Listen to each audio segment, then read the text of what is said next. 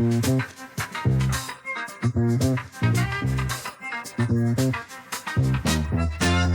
it is. We're back. We're back. Good afternoon, everybody. That's my Chris Russo, Dan Rubio, my co-host there. My co-host, my producer. He has no idea who Chris Russo is. Chris was a great Philly broadcaster for sport, or not Philly, New York broadcaster on The Fan, and then he went over to Sirius XM Mad Dog Radio over there, and I miss him. He was one of my favorite radio broadcasters. And why I bring up radio broadcasting is this is episode 9, everybody. Welcome. Look at the new mug. Look at the new mug. You like it? Look at the new shirt, dude. The shirt's sick. I like the shirt. This just came. It just came in the mail. It's not a great fit. You never know what fit you're going to get when you buy this merch type stuff online. But why I talk radio is this episode's going to be kind of a talk radio style that I've been wanting to do for so long, and trying to figure out how to do that as a podcaster is so hard. If anybody out there really knows how to do phone calls and do talk radio style podcasting, feel free. Leave it on the voicemail, 914, put it on the screen, Dan, 914-721-0008. That's our voicemail hotline number. It's not my number, as I say every week on this podcast. It's always on. You can leave the message there, and it'll get to us, and we might play it on the show. But if you got some, like, how do you take callers, right? So this is what we're going to do today. Give Dan a nice round of applause, our producer. Oh, yeah. We love this guy out there in Utah. Provo. Thanks, Provo bro. In the house. Don't be patronizing. Provo, Utah. I'm right. coming at you from New Rochelle, New York, upstairs in my house. No one's here today except my daughter. The dogs at my mother-in-law's. My wife went into the city for work. My son is at the country club that he's a lifeguard at, and it's just me and my daughter. And my daughter said she just left for Marshall's. So I think it's just me in the house. Is it come through with my personality, Dan? Can you tell Yeah. I'm alone? I mean, maybe.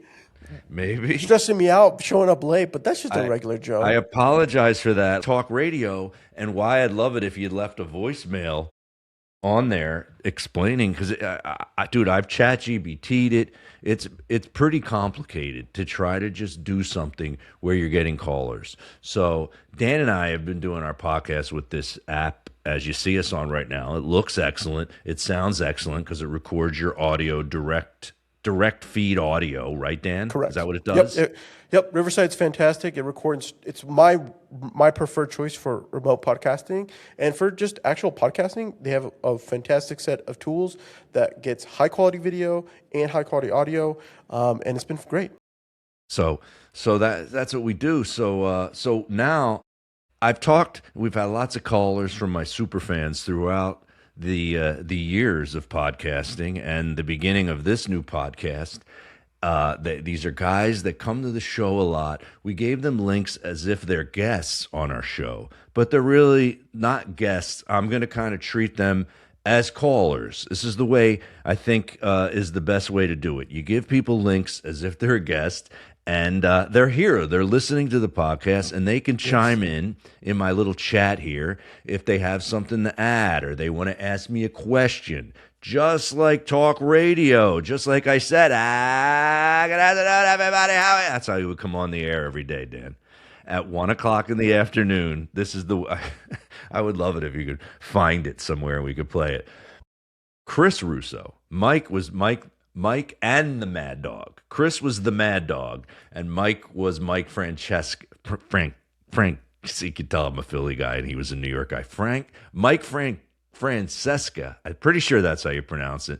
And Chris Russo was the Mad Dog, and I don't even think you would hear music. Just at 1 o'clock on the dot, not like me being a few minutes late today. You'd hear,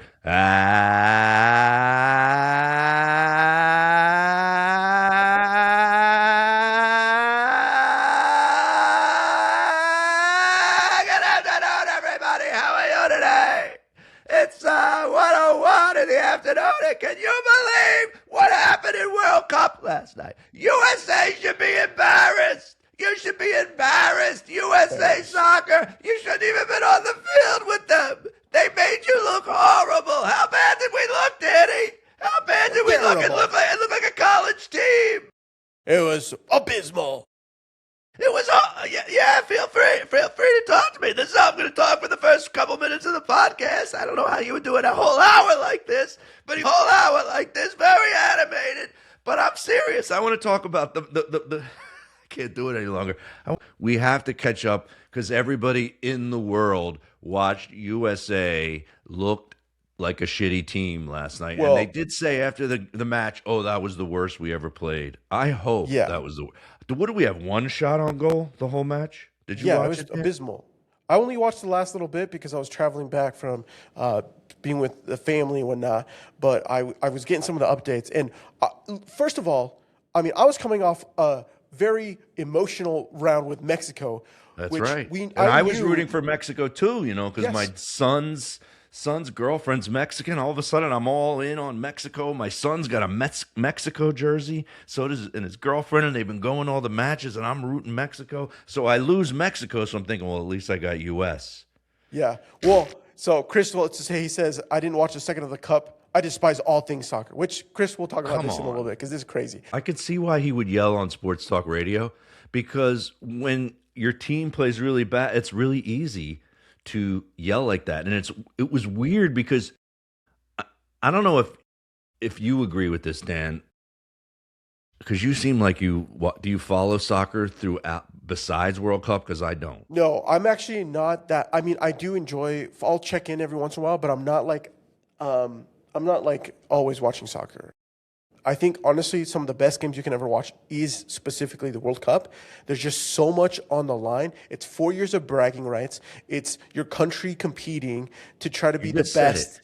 Yes, you just said it. I didn't even think about that because I was saying to anyone who was around me while I've been watching World Cup matches, I always said out loud, every match I watch is, why is it seems like if your team loses, they're in trouble. Like they're in trouble with the world, like they're going to get blown up or something. That's what it felt like. It felt like what I would compare it to in my comedy career when you have these showcase shows in LA in front of all the network executives and they wouldn't laugh because they were so jaded. You'd have all these network execs sitting in the front row and they wouldn't laugh, and you had to make the people behind them laugh. And it was so intimidating and hard that you had to be at such a level of comedy where you didn't care that the guy that owns NBC right there isn't laughing. Like that wouldn't throw you. It looked like that's what it looked like for US when I was watching, especially when that goalie got caught in that time where he was too close to the player. I don't know what that's called in soccer where they kick it by the guy. Yeah, that's just called goalie fucked up, right? I mean, yeah, there was just that whole game. Here's the thing. The fact that they got a red card, the president calls FIFA and says, yo, we can't have this red card because if you get a red card, the next game the player can't play. And so it was kind of a big deal. Having Trump call in and say, don't be doing this. That was like a big deal. Like just overall, just like that doesn't happen. I think Belgium and the rest of the world's kind of like, what the heck, man? I was about to say it's kind of like when you're boxing somebody that's way better than you, or you're playing them in football, like a sport that's contact. When you piss off somebody who's bigger and better than you, it can come against you. So Trump makes the fucking phone call to get your guy put in. It's a rule in the game.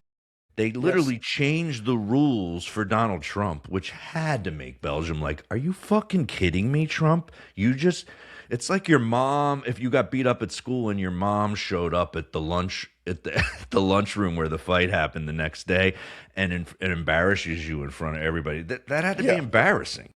Yes, I think it's embarrassing.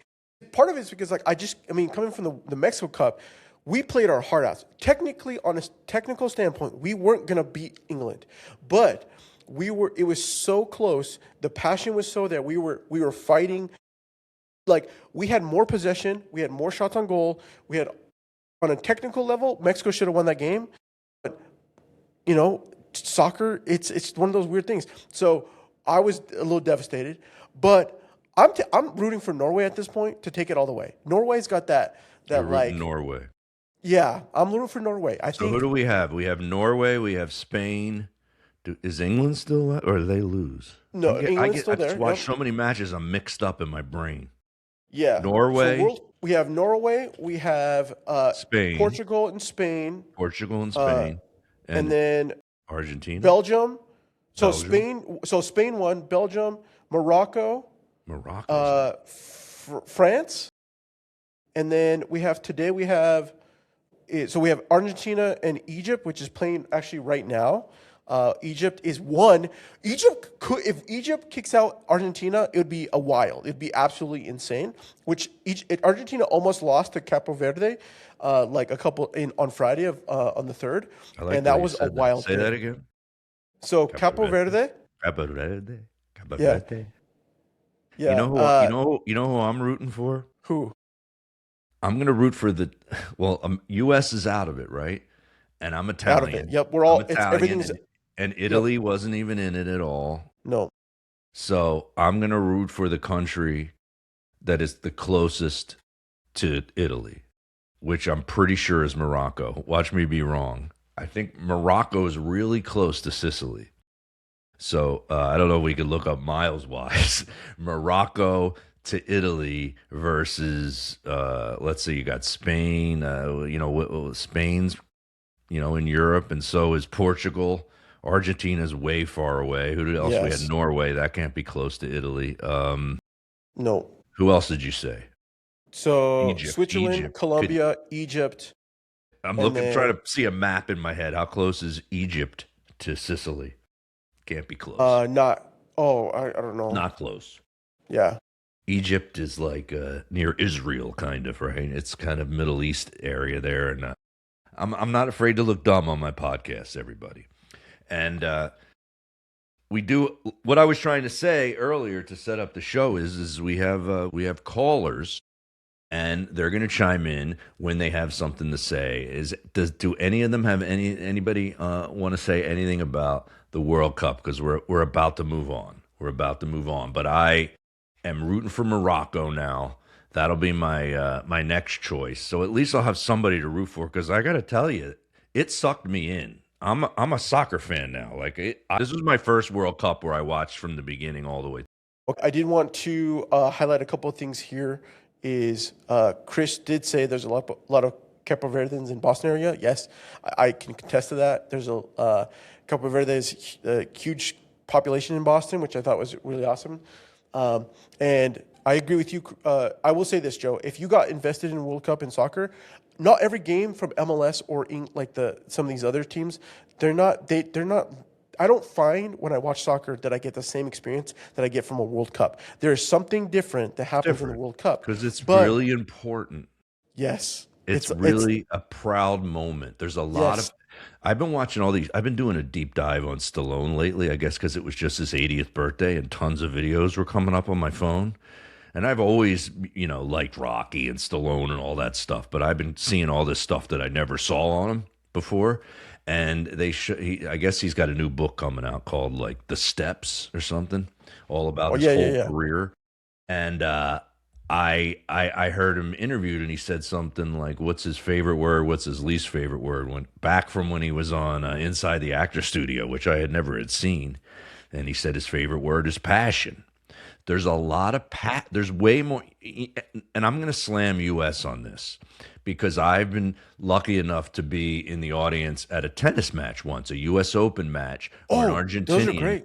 Yeah, where an Argentinian player was playing a US player, and it felt like a soccer match. There was so much passion in the audience. I don't think it just comes from World Cup. I think it comes from outside the U.S. When you start to mix the world, it does something. It's like when you're watching the Olympics. It does something. Yeah. Chris says that if you're Who's gonna, that? this is Chris. He says if you're gonna talk about Rocky, you got to talk it in the Rocky voice. All right. Well, I was just saying that whenever my favorite word is passion, my least favorite word is I quit, which is two words, but I got like a brain aneurysm, and like they had forceps when they brought me into this world. That's why I have this lip because of the forceps. But all right, I don't want to talk about Stallone. No. But No, tell me if I'm no, I correct agree on this, with you. Dan. Tell me if I'm correct on this. Because this seems obvious to me, and I don't know if everybody. Sometimes I think something that's obvious, and then I realize it wasn't obvious. People don't think like that. Is it obvious to you, who's a Mexican American, right? That's what Yeah. you would call yourself. I'm an Italian Yes. American. Is it obvious to you why the U.S. teams are never nearly as good as the European soccer teams? Is it So, obvious? well, the men's Because U.S. we've soccer never team, won a World Cup. no. So the We men's never U.S. have. soccer team, but Like the female, it was a win yesterday to get to the round of 16. It was like a win Yes, to do that. it was. a And that's we the were thing for the not Mexico too. expected to. It was 40 years since the last time we were in the round of 16. Sure. Oh, there He we is go. here. I was like, yeah, we can Can you hear you. me? We Yes. hear you, All Ron. right. Ron So Powell's been a This is your 8th time, long time. yeah. I'm I just brought up to Dan, my co-host, I think there's an obvious reason why U.S. always is like kind of mediocre when it comes to World Cup soccer. Now, is that obvious to the world, or do you think you know the obvious reason why that yeah, is? Yeah? I know the reason. Why? Because our best athletes aren't playing soccer. That's true. Our best I would athletes agree are with playing that. football, they're playing basketball. Soccer's not we're not taking our best athletes are being pulled Right. into soccer. And They're being pulled into those professional sports. and what is the reason why? Because I know the obvious reason why. Why is that? It's money and it's just tradition, it's culture.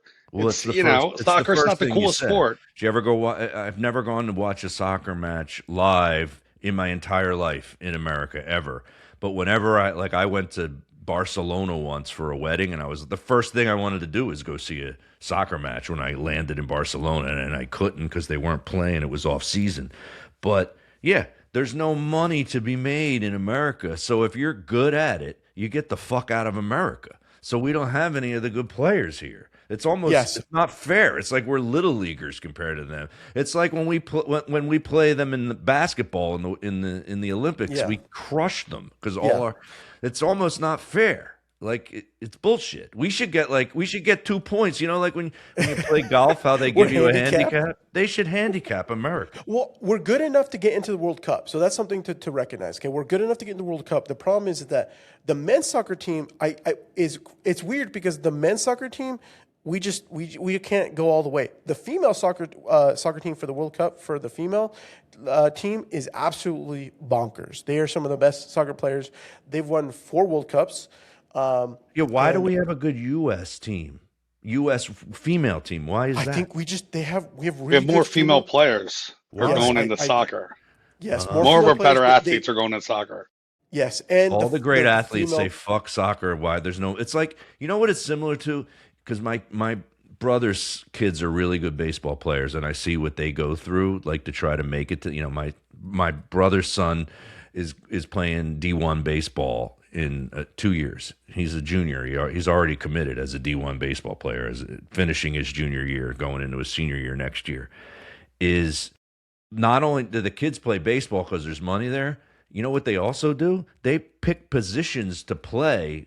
If you're a good athlete, you better catch or you better pitch, because those are your higher chances of making it to the majors. Right, major. Do you watch the World Cup then, Ronnie? You tell. Watch it. I don't like soccer, right? Here's a couple things about soccer that bother me. You get this huge goal net, right? And half the time the guys are shooting it like 15 feet above it or whatever. He's like world-class athlete. So, and I mentioned to my wife is such a bigger soccer fan than me and is so annoyed by any questions or commentary I have. Because that's what happens when you don't watch it that much. You come in and start saying stupid shit you don't and annoy the person that actually. Yeah, so I say that, and I just say that to annoy her. But also, there's so many. I'm surprised by the amount of stoppage in soccer, the amount of play.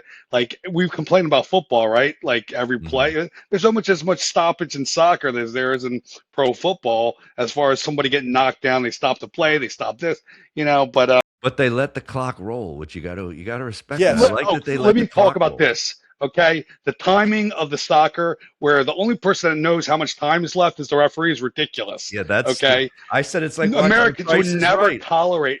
Americans would never tolerate not having a timer at the No. during overtime. They would just change that shit. Well, They would have a time. If there's 10 minutes, it would start clocking down 10 minutes. You don't yeah. just Throw stop it it at on. some Yeah, point. my son, who was rooting for Mexico in that last match where they lost, Dan went to all these Mexican people watch it at this one bar in Stanford that him and his Mexican girlfriend went to, and I said to him, "Did they applaud like they won the match when they just all of a sudden got 11 more minutes at the end?" It's like winning a game show. You're like, fucking 11, and they didn't score.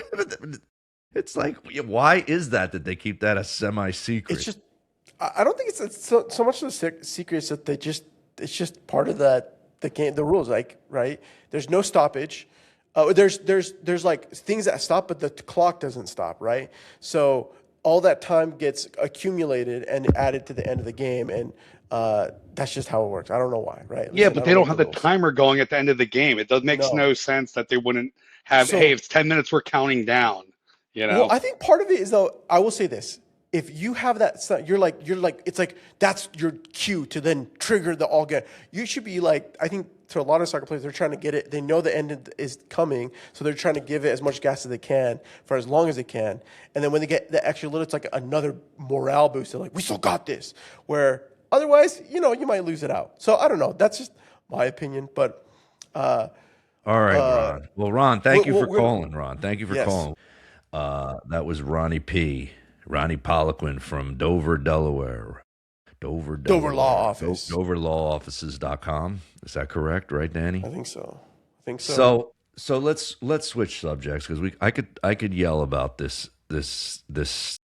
World Cup stuff for 4 hours. So the other subject I wanted to talk about, which was the main subject we were going to talk about, is I was thinking about this. I don't know what I'm trying to think what made me think about this for wanting to talk about it on today's podcast.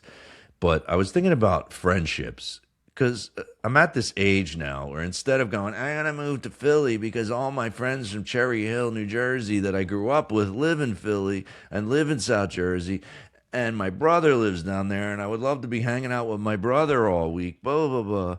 You get older and you go, all right, how do I make out of what I want where I live now? Like, how do I go, okay, well, how do I get some friendships like I had I still have. I mean, we just only see each other once or twice a year, me and the guys I went to high school with. So it's like, how do I get that kind of feeling with people that live where I am? Because right now, and I feel bad if any of my friends that they're going to go, I thought I was your close friend. I remember that happened once with Artie Lang. He goes, I thought we were close friends. I said to him on the Howard Stern show, I go, there's something that's blocking us from becoming really close. There's a disconnection. So, and he got really upset when I said that. I thought we were close. I'm like, no, we're not close. You never even had a dinner together. You don't call me on the phone. There's a lot of things that make you a close friend, right? Like, what are things? Because I only have one close friend here in New Rochelle, and I've lived here for 12 years now. I have a lot of acquaintances, a lot of dudes. I play on a softball team. Heroin. What did he say? Heroin? Heroin is how you get close friends. If I do heroin. So maybe Chris. Does Chris have anything for this? You want to bring him on? Chris, why don't you let's bring Chris on the podcast. He's one of our callers. He's calling in. He has a link to come on the show. Maybe he's got something about friendships, because I'd like to have more than one really close friend, Maybe it could be me. Maybe it's me, Chris. Maybe I'm a disconnected guy. You look great, Chris. Thanks for calling into our show. It's good to be here, Joe. You've been a longtime fan forever. Yeah, like you said to Ron before, 8th time, long time. That was a great one. So how many live shows have you been to of my stand-up act? Do you have it? Probably 7 or 8. Holy shit! Yeah, you're. Remember, I took my daughter once. I think that was the first time I met you. I took my daughter in Providence. Yes, that was a great place. I was an Italian area there in Providence. That place, every time I did it, and then he just stopped booking me. I'm like, what the fuck happened?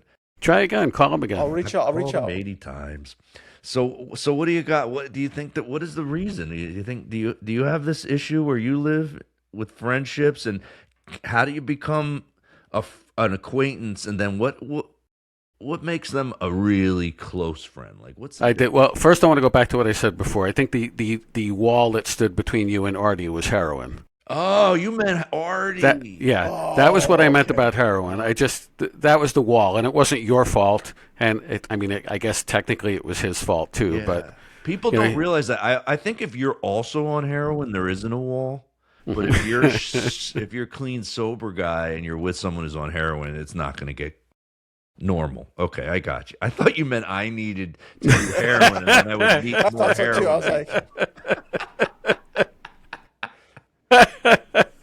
Joe, you just start shooting up. I mean, you're going to have friends left and right. I don't know if you want to bring them into your house or anything like that. Yeah.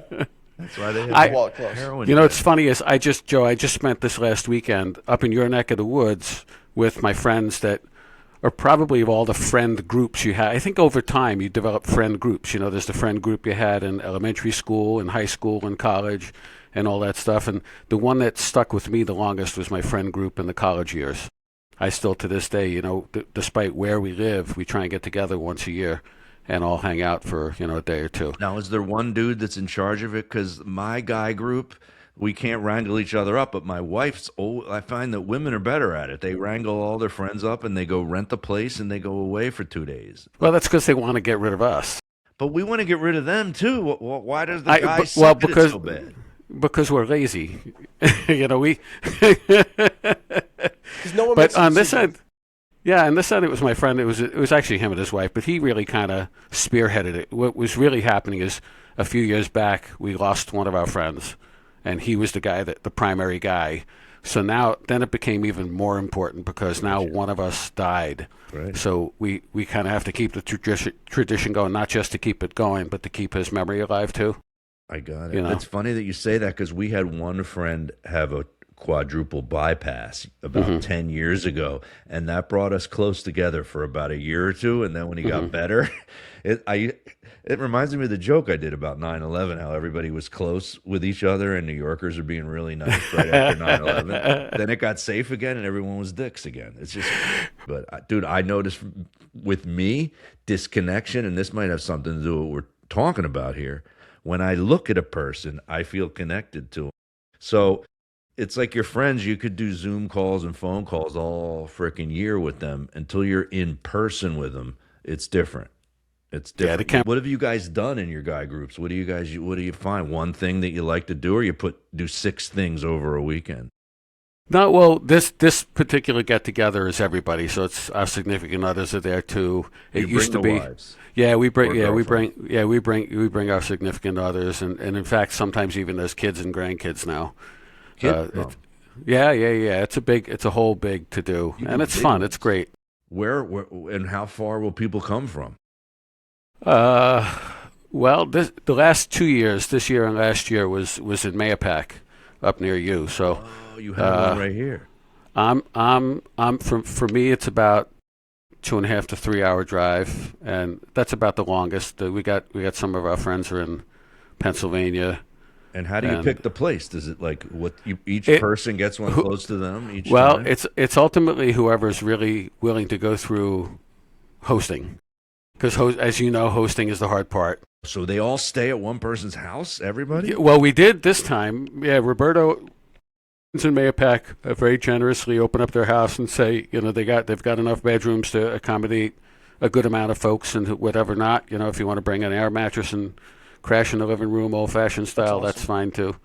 There have been other ones when we've gone out to Pennsylvania. For me, going out to Pennsylvania, they're in Macungie, Pennsylvania, which is in the middle of nowhere.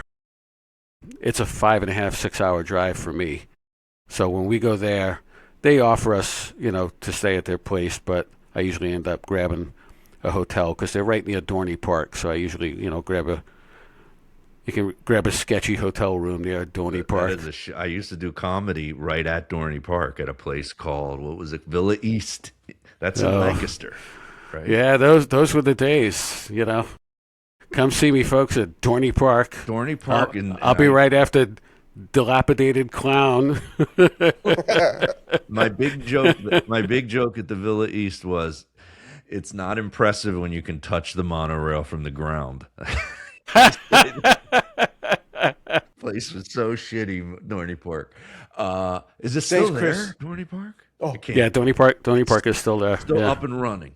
Yeah, I think so. I'm pretty sure it is. Wow. Yeah. So what do you find that you need to do stuff when you get this big group of people together, or you can just hang out and have dinner at this guy's house every night? So part of a lot of what we do is we talk about stories from the old days. We relive some funny stories. So someone will have a funny thing. Hey, do you remember this? Do you remember that? And we have so many of them. Mm-hmm. And everyone has so many of them. Some of them that people haven't, weren't part of, and they were hearing it for the first time. Today, this past weekend, this is a group, by the way, that we've been together in some form or another for a minimum of 40 years. And there was still things to learn about people. Like my friend Roberto, who hosted, he goes, did any of you guys know that Roberto is not my real name? And somehow I knew what his real name was because I remember it from when we used to hang out. And nobody else did. And it was just, it sounds like a little silly thing, but when you're hanging out with friends of 40 years to find out that someone you've known for that many years, that you've been calling him by a name that isn't the name he was born with, it's kind of a fun piece of information. I just went to a high school reunion, a 40-year high school reunion. It sounds like a small version of that, but no one brought their wives or husbands to the high school reunions because I was like instructed by other people, not in the high school, that said your wife's going to not have a good time there because you're going to be reminiscent and she's not going to know what the hell you're talking about. So does your girlfriend or other significant others, or that, I guess, if they go year after year and start to get to know the people, they start to have friendships, right? Yeah, and that's so it's not all about the reminiscing part. So there's enough reminiscing, and then we all just shoot the shit. Hey, what are you up to? What do you do? And so maybe my problem is like it's just a social event. I have a friend, Mike, who used to be the guy who would schedule it all. He was the guy that had the heart thing, right? So he started something called the Mafia Invitational. Do you remember me? I think I've talked about it on old podcasts. Every year we would do it, the Mafia, and it got to the point where there were like 32 people coming, and it got too much because some people would say they were going to pay, and Mike was really nice, and he would let them slide. Like Mike would organize, he would rent an inn. We'd all stay in this inn, and we'd find it in the middle of where everybody lived, because he lived in Frederick, Maryland. I'm up here in New York, and everybody else is South Jersey, right? So he went somewhere in Maryland. We went down there. We would play. We'd have a Texas Hold'em tournament, and then we'd have a golf tournament and have best ball and all this shit. And then we would do horseshoe tournament the last day, and my friend would organize it and give trophies and all that. Maybe that's where we went wrong. You can't maintain something that has that much work. We used to say this. It's similar. I just took my son to a Met Phillies game, and I got good seats. I used this app called like Day Of. It's something that's like to get tickets like the day of the game. Game time. Yeah. And I accidentally bought 4 tickets. And and I didn't realize it till I was about to walk in the stadium. And then I said, I tried to get my money back for the extra 2, and Game Time wouldn't give them back to me. He goes, once the seller sends them to you, you own them, right? And I'm a cheap fuck. So for two innings, I'm trying to resell my own tickets watching the game, right, that I got stuck with, right? And my son's going, Dad, did you just watch the fucking game and have a good time? We're here together. And he was right. He goes, Dad, just so you know, you could have bought the worst seats. And he sounded more mature than me. It's about the hang. It's not about what you're doing. Definitely about the hang. But you just left an opening. I want to slightly shift just a little bit. Just a little bit, because you were saying how you bought 4 tickets accidentally. So you were talking about your parents recently going to their first cruise and being challenged with modern technology and not being able to communicate. So it got me thinking, and I was listening to that episode actually just this morning. It got me thinking, what challenges do you think we're going to face in 20 years when we're your parents' age? What technology either exists or doesn't exist yet that the next generation, can you even begin to have a guess at self-driving cars? There's going to be robots you can have sex with. and know everything and talk to you like ChatGPT's talking to you now. There's going to be an actual robot in your freaking next to you talking to you like that, and you're going to feel like you're in a relationship even though you're not, and you're going to get tricked because my wife's always yelling at me now. That's not real. Just so you know, it's not real. The information, they could be giving you bad advice. They're just going along with you on everything. So yeah, it's going to be a mess, dude. When we get older, forget it. And then we can just deny it like our parents do. Like, I'm not going to learn it. I don't care that I can get a robot. I don't want one. I'm going to keep using my MacBook Pro with my AirPods. I'm going to keep using those AirPods. Yeah. All right. Thanks, Chris. Thanks for calling in, Chris. Later. Nice to meet you, Chris. Sorry. Chris is the greatest guy ever. Jerry couldn't make. He only had his phone, didn't have his computer. He wanted to. He couldn't call share with a phone. No, they've only labeled it on a desktop, which I didn't know that. One of those things. I didn't know that. Sorry. He says, I think when you're young, we are more vulnerable and we're open to new people. As we get older, you become more particular and build more defenses. It's harder to bond that way. You can sometimes meet individuals who can break all that down. Someone you just click with. I think that is a little bit of it. As you get older, you know your family don't. I think there's a when you look at some of the studies, the big things that comes to friendship is proximity and some kind of relative thing that you might like, right? And I think that's why a lot of people end up trying to start a podcast, is that there's a level of being in a regular cadence. So something you're doing, so a baseball group, some kind of like board game crew, or like D&D, or just having some scheduled thing, a camp out for a family or for a friend or whatever, and just something that you have semi-regular, that you have enough time to be able to share and connect with. Yeah, it needs to be probably more extensive time. Like when you get older, like I have a joke with this one guy, Brian. His wife's an actress who's been in some of my some of the things I've posted. I don't know how much of my content you've seen, Dan, but his wife, she's been in a lot of television shows too. She goes by the name Katie Chrysler is her acting name, and Katie and I did a thing where we would reenact scenes. And she would play the actress, but we would do like the reverse, where she would play the guy, but as a girl. She wouldn't play a guy. We would, like, I was Mr. Hand in one, and she was Spicoli. We did one of those. We did another one where she was Sandy, and, but we changed the scene. Whatever, doesn't matter. But we've been trying to schedule a fucking couples dinner. No lie, at 10 years now. And we every time we see each other, we laugh and we go, someday it's going to happen. We're going to actually have a couples date. And I go, why don't you and I just go do some shit? Like, maybe it's just too hard for us to schedule couples.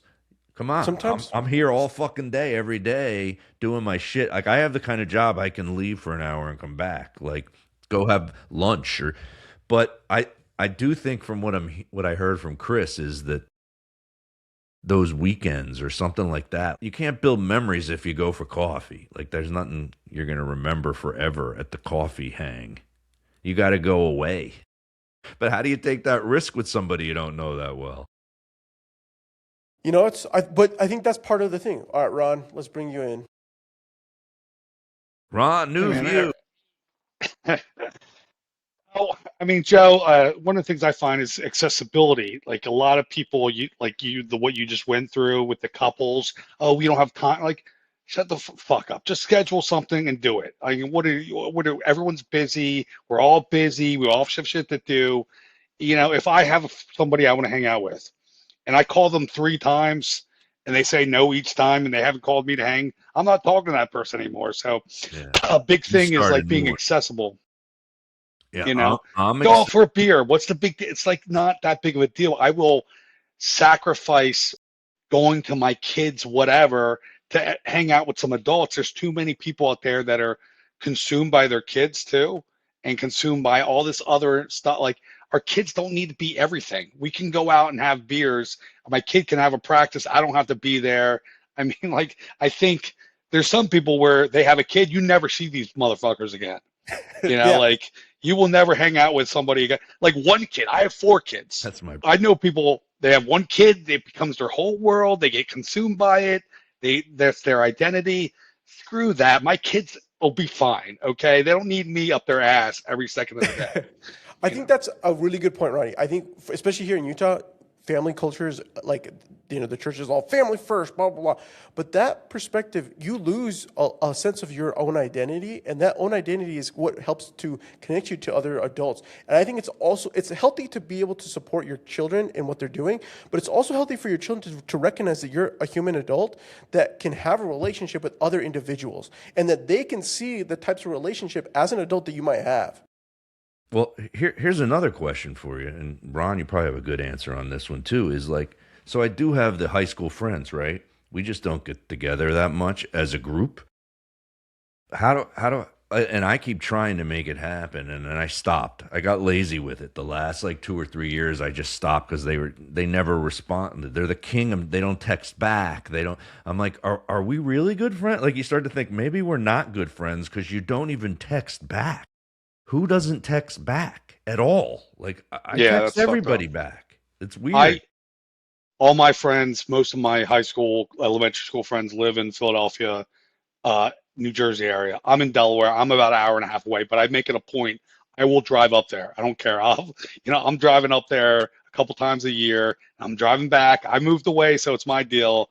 So you just have to, like, if it's important to you, you make a point of doing it. I do it because I work there a lot. I'll be like, I'm in town. You want to grab dinner? And then it just never happens. I mean, sometimes it's my fault because I miscommunicate a little bit. There's a lot of my friends that I grew up with, and I guess and they're all Italian guys. They won't stop working. They just won't put their job down to go hang with the guys they grew up with. They just can't stop the fucking job. And also, I mean, by the way, Danny's Latter-day Saints is my safety religion. I always tell my wife that. Like, my backup religion, I'm a Catholic, but I always say Mormonism is like Catholicism with better networking. Yes. I love it. I love it, Ronnie. Yeah. Well, you just hit me up when you need to pull that cord. I got you.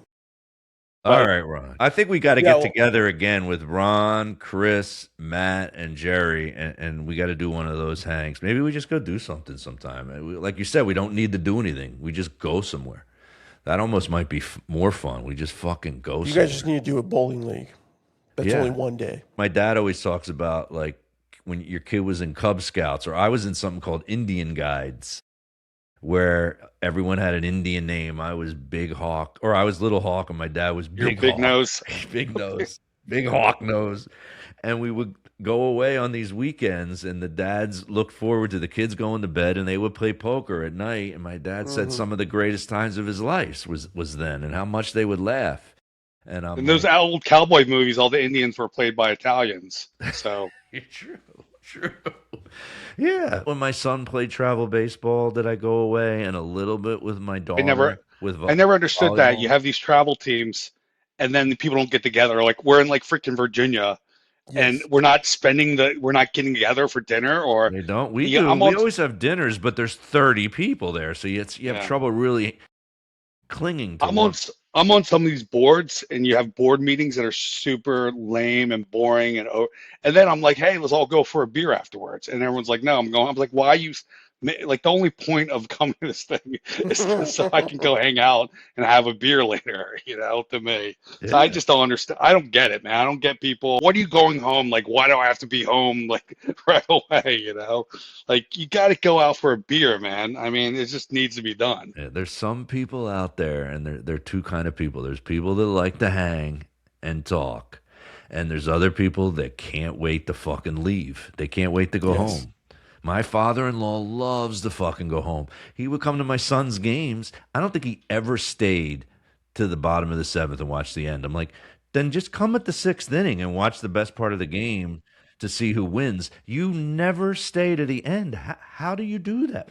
And he has some sort of anxiety, and you accept it in him. He's got to get the fuck out of there. He's one of those people. He can't stay long. It's like 2 hours. See ya. And they're proud of it. I like To me, that's a disorder. I don't know. I'm not proud of. I got to get the fuck out of here. Like I'd have to fix that if that's what was one of my problems. I got to figure out how to hang longer. I'm. I don't know. All right. Thanks, Let Ronnie, Ron for go. calling in again. I think there's a skill to doing a podcast or a radio show and knowing how to hang up on people. There's a skill to that I haven't mastered yet. Everybody that have been listening to this episode, how to set them up, let them talk, and then fucking hang up on them. I don't know when I don't know when I'm supposed to do it. Yeah, you gotta. Yeah, I can't even tell if this was a good enough topic to talk about for a whole episode. I hope everybody here enjoyed it. I hope so. I did want to talk about the World Cup situation. I mean, you messaged me saying, oh, I'm rooting for Mexico, which I appreciated. Mm-hmm. And I knew it was probably had to do with your son's girlfriend and whatnot. I know a lot of Mexican guys too. Like on my baseball team that I play on Saturdays and sometimes Sundays, a lot of those guys are rooting for Mexico. There's other guys on that baseball team that are from like Colombia or Puerto Rico, but most of them were Mexican and they were all rooting Mexico, and that's all I need. Not only can I go from my passion, I can go from other people. When I see other people passionate, it can suck me in. So like, and I watched the way their fans were behaving. I like the Norway fans too. The way who were the ones rowing? Those are Norway. That's the Norway. thing. I think that's part of the thing. I am also very much on the passion. Like if there's passion, I'm always going. That's why I've decided hockey is my like sport that I want to watch, and I want to get back on the ice. It's been many years, so I feel like I need to work myself up before I get. You used to play hockey? You can skate? No. I skated. I skate. I would go ice skate every once in a while, but my it's not like common. But I do. I loved rollerblading, right? And so I'm like, well, maybe I'll like pull something together and start like. Speaking of like a little like community league. See if, yeah. But my that's thing what's is great. You can find all levels. They could be all people that are really new and kind of suck at it, and you go play, and it's fun. Yes, it's still fun. Yes, hockey is one of those sports you can play really old. I don't know what it is. You would think that hockey looks very physical and you got to be in shape. I see fat guys that are 75 playing hockey. I'm like, there must be something about it. Like I always think Michael J. Fox with Parkinson's disease. I don't know if he still can. But up till like 10 years ago, with his Parkinson's, he could skate and you couldn't tell he had Parkinson's. Yeah. He literally was very fluent on the ice. So there's something about ice skating. You can be old and you can still you float. Chris says muscle memory. Muscle memory. Yeah. I do think it's part of that. No, for me, this cup does feel a little different though. I do feel like there's something, I don't know if it's because, like we're hosting, it's like, Mexico's kind of hosting it we have the Americas, right? Mexico, the North Americans, Canada, or here in the States but I think that part of it is like, because of where the world kind of sees us, it's a way for us to like connect and showcase that, whether you like the person in the White House or not, that we're not always what the media portrays the States to be. And so it's, and that like overall, it's just a very world connecting thing. You see a lot of this, cultures, learning about other cultures, people from other world, coming to Mexico, seeing all this stuff coming out of Mexico and people falling in love with Mexican culture and just the Mexican people.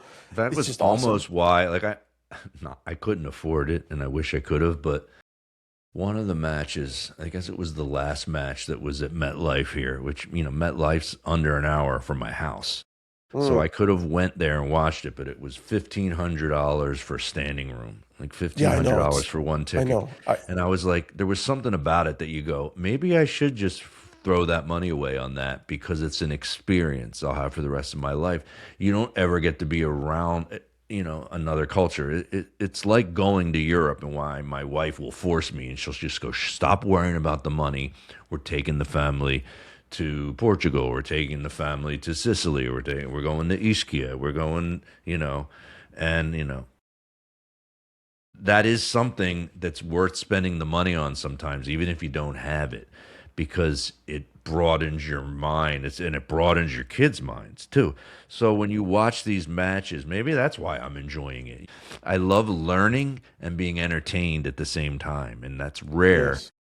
You know, I like learning while when a comedian is teaching me and he's funny, I love that shit.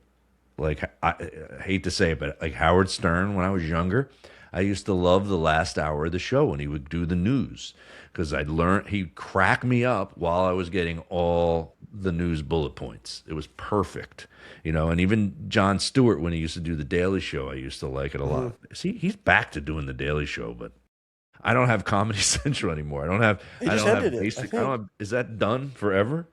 I don't have basic cable. No. The Daily Show's still alive, but the one CBS or which one? I can't remember which one it is. There's so many late night shows, but one of them is no longer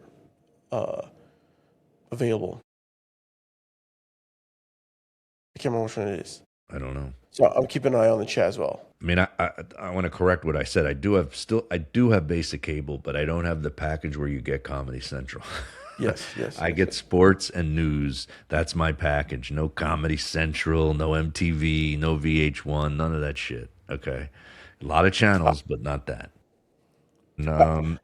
I will say this. I think when it comes to friendships, Ronnie has said it well. Is that like if you want to make it happen, you just do it. I'm a person, and I think you're also right that there are two types of people in the world. There are people who are down to hang and people who can't wait to go home.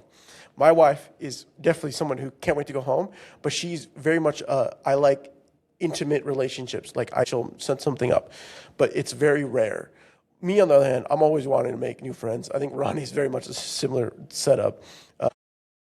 At the end of the day, you still have to make that decision to say, I'm going to make time to go and do something, whether that be once every 6 months or every week.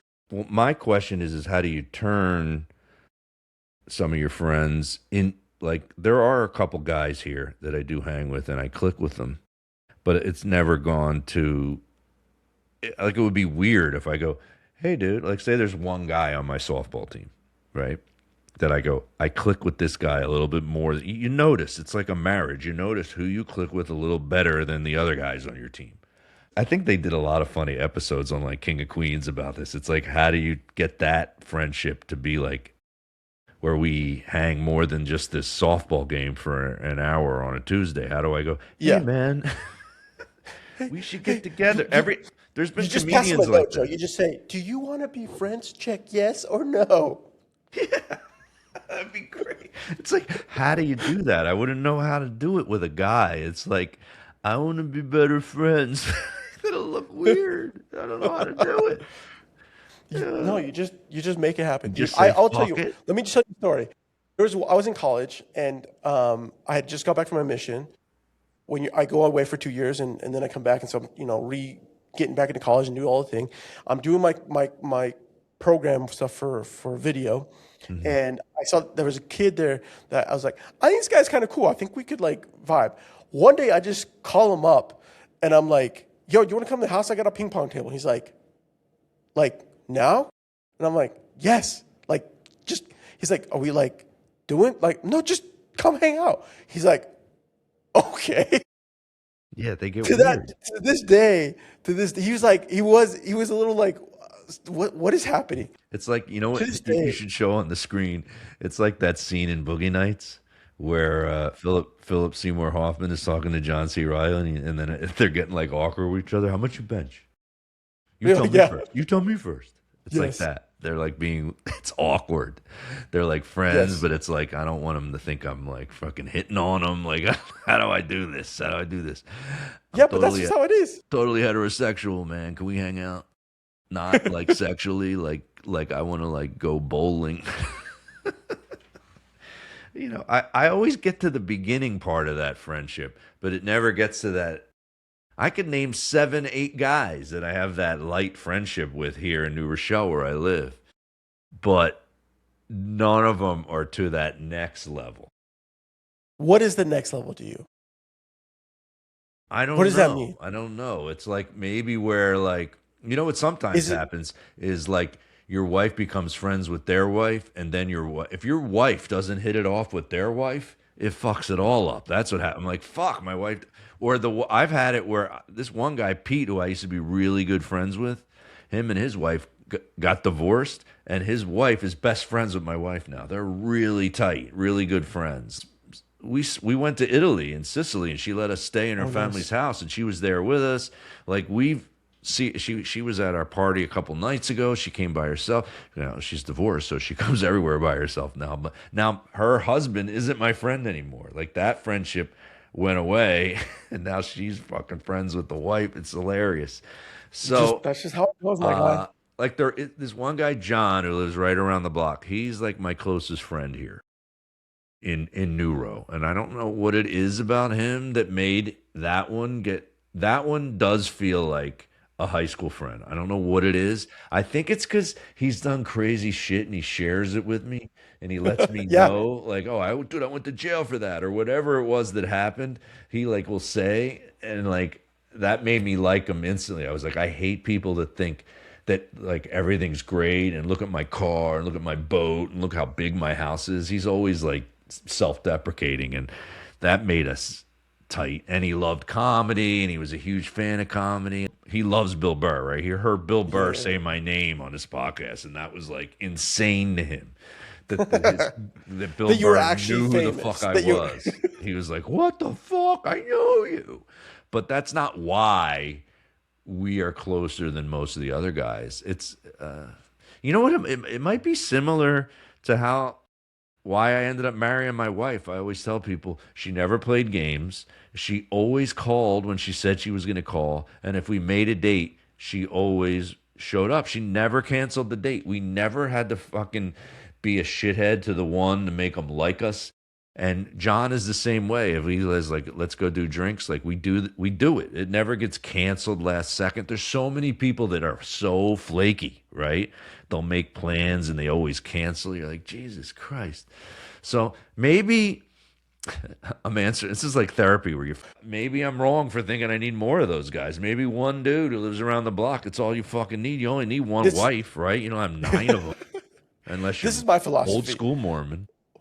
Yeah, well, unless you're old school Mormon, not new school. No, my philosophy has always been that, like I'm okay. There's a proximity thing, like your friend around the corner. I do think that there's a little bit of like being willingness to be like, yo, how much you benching, bro? This openness to talk about real shit. Yeah. That's what the other side of it. Yeah. The other side of this is that like, it's okay to just know that friendship may not be the same once your circumstances changes. But be reminded that, like, if you call them up and say you put something together, the likelihood is that you will get together, right, and that it'll still be a good time. It happens. I think to me that is something that I try to do. Like I might move away, but I try to keep in touch with some of those individuals on a semi-regular, connection, and make something happen to be connected. But it is a two-way street, and it doesn't always mean that it does work out. And I think you just have to be willing and open to new connections however they may come and show up. All right, folks. I hope you learned a lot on this episode. Jeez, I did. I'm going to stick with my one friend. That's all I need. And I got Dan over here, and we work on our stuff. I work on my career. This was a whole episode to try to learn, and I figured it out on myself. One friend locally, I'm fine. All right. And everybody that I go to high school with and I grew up with, I'm going to have to be the guy. I'm going to have to organize it. And I like what Chris said. I'm just going to say, just come fucking over. Just come up here. You all stay. We don't need to do anything. Just come up. Well, you can just all hosted stay 40 at my people house. For the my 4th of wife July. and kids will leave for that weekend, and we do shit. We got the whole house. You can all have your own room. And we'll have drinks, we'll play poker, we'll go play golf during the day. It'll be a good time, and it won't cost everybody that much. That's how you do it. You gotta make the first move. You gotta keep moving forward. Oh God, did I do that? I did do that, didn't I? Episode 9 in the can. Come and see me live. Go to joematarese.com for tickets to all those. The next 2, I'll just plug the next 2, which is this soon, Thursday, the 16th of July. I'll be in Medford, New Jersey at Studio 67. Repeat performance there, coming again. And then the 26th of July, I'll be in Stone Harbor at the Harbor Square Theater. All those, joematarese.com, and all the other ones that you see on that list. Come on out. All right, folks? We'll hang. Who knows? Maybe we'll exchange numbers. Oh, God. We'll see you all in the next right. one.